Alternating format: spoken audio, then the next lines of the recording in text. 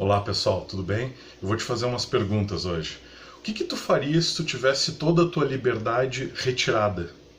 Como é que tu ia reagir se tu fosse separado de todo mundo que tu gosta e tu te importa?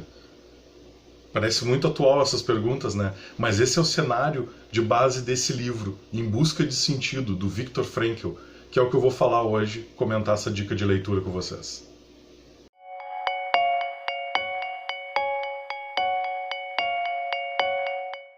Então, esse é um livro, basicamente é um livro de memórias dele. Ele foi escrito em 1946 pelo psicólogo austríaco Viktor Frankl.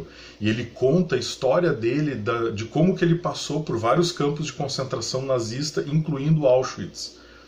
E enquanto a gente lê o livro, uma pergunta que fica é: como é que um sujeito que perdeu tudo e todos, sofrendo fome, sofrendo frio, sofrendo violência dos soldados, consegue encarar a vida como algo que ainda vale a pena preservar? E não é só isso. Passando por esse estágio, ele ainda criou uma escola de terapia chamada logoterapia, onde ele explora ali o sentido existencial do indivíduo e a dimensão espiritual também. Não espiritual no sentido religioso, mas de quem mais que a gente se conecta. Então, esse livro ele é dividido em 3 partes. A primeira parte ele relata a experiência dele dentro dos campos de concentração. A segunda parte ele fala um pouco da logoterapia, como é que ela funciona, as bases dela. E a terceira parte ele te apresenta a tese do otimismo trágico, que é a base do trabalho dele.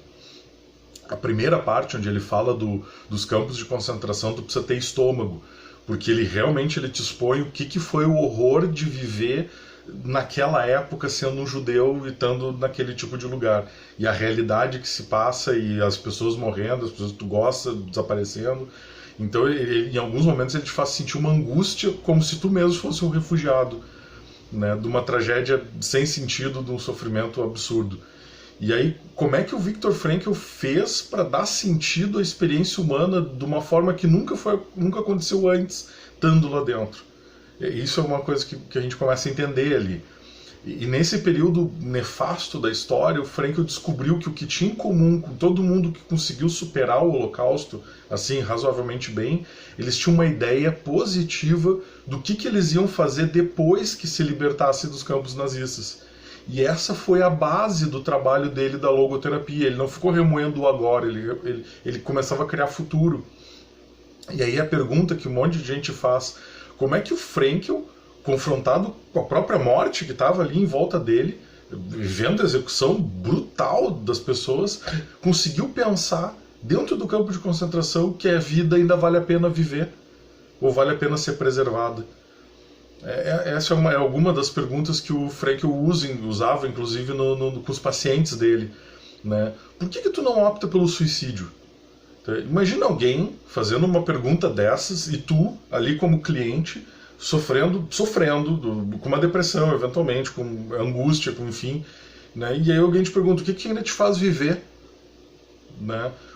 Qual é o quê? É o filho? É o marido? A esposa? Um sonho que tu ainda não realizou? E esse é o tipo de pergunta que começa a nos convidar a pensar por que a gente ainda pode ficar vivo, e nos estabelece alguma coisa no futuro.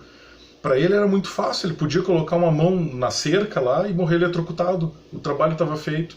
E esse foi o desafio dele, e é o desafio que ele nos coloca no livro: unir as partes da nossa vida que funcionam e que ainda podem nos promover felicidade, e construir um significado novo, melhor para a vida humana, para a nossa vida.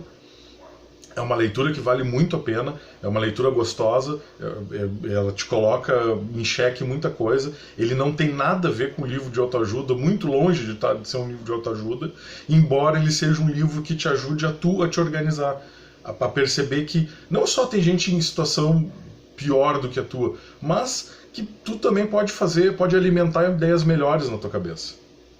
Bom, eu espero que tu tenha gostado desse vídeo. Lembre de me seguir nas redes sociais. Compartilhe esse conteúdo se tu acha ele interessante, porque o que é bom a gente deve compartilhar com as pessoas, né? E bota nos comentários o que tu achou do vídeo, se tu tem sugestão de assunto, se tu quer alguma coisa diferente, o que tu gostaria que eu trouxesse, enfim, comenta comigo que eu posso interagir contigo. O que eu posso trazer para o canal. Um abraço e até o próximo vídeo.